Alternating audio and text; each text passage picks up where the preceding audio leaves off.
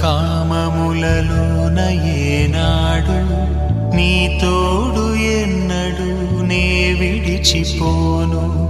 ఈ బాస చేసి కనిండు నూరేళ్ళు నీ నీడనై నిలిచి కాపాడుతాను.